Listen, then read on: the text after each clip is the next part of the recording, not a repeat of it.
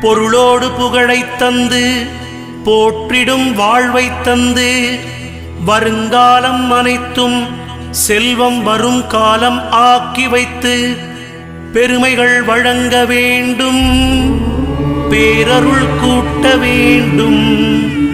அருள்மிகு குருவே, உன்னை அடிபணிந்து வணங்குகின்றேன். வருடம் ஓர் ராசி வீதம் வட்டமாய் சுழன்று வந்தே தருகிற பலனை நாங்கள் தங்கமாய் ஏற்றுக்கொள்வோம்.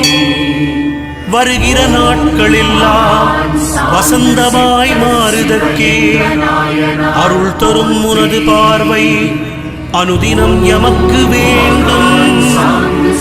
குருவே, நீ பார்த்தால் போதும் கோடியாய் நன்மை சேரும். சிவலிங்க